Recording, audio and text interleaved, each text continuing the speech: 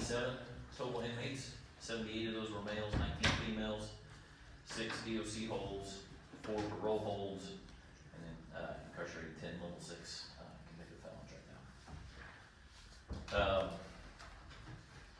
And then the other thing I wanted to briefly talk about today, I've been in some preliminary talks with Jamie Davis, the principal over at Springville Community Academy School, and they're wanting to hire a school resource officer over there. So I've met with her a couple of times, discussed the 3 ways that the school could have an SRO by law and what the best option would be.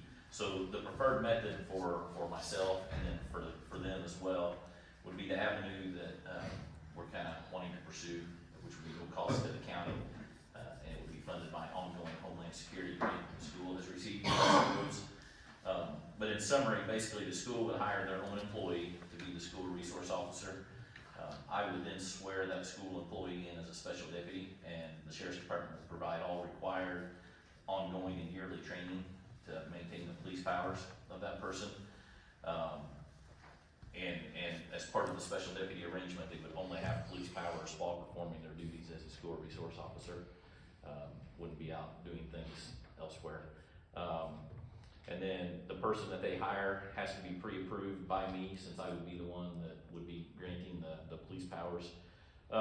And we discussed that I would want that position filled by somebody that's already completed a certified Indiana Police Academy and who has previously or is currently performing the job of a police officer somewhere. I don't want just some random person off the street to say that you're suddenly a police officer in charge of keeping safety in our schools. And plus, I think that would open us up to a lot more liability in that case. So the school would pay for all salary, benefits, insurance, and equipment associated with the school resource officer.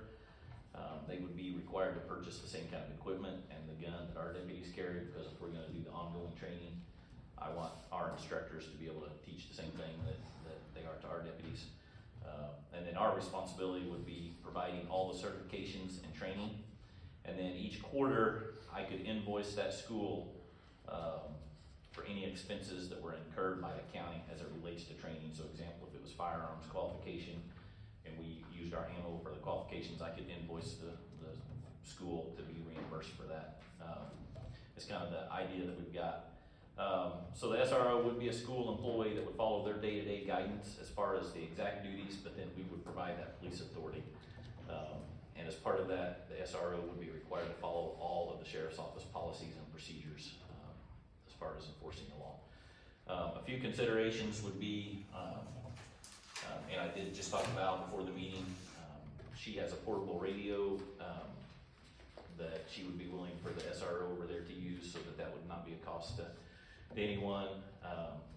We would have to get with Scott and IT to set up the SRO with Spillman on a secured computer over there, so that they would have access to be able to do reports and submit things to the prosecutor as needed. And then lastly, our office has an old 2011 Crown Victoria police car that hasn't been used for several years, at least a few years. It's not even been started since I took office January 1st.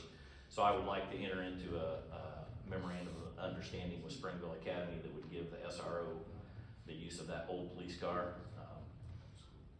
for SRO duties, but they would be responsible for all registration fees, insurance, fuel, maintenance, all that. So basically we'd get it out of our parking lot, and they would be taking care of everything. And I really don't think anything that the sheriff's office is agreeing to really would require any type of official contract, because the law does give me authority to appoint special deputies. But that being said, I have drafted up a draft contract that I would like for Dave to look at and go over, that and tweak whatever needs. I modeled it a lot after the one that is already in place for NLCS, just changing, how the payment and all that structure works.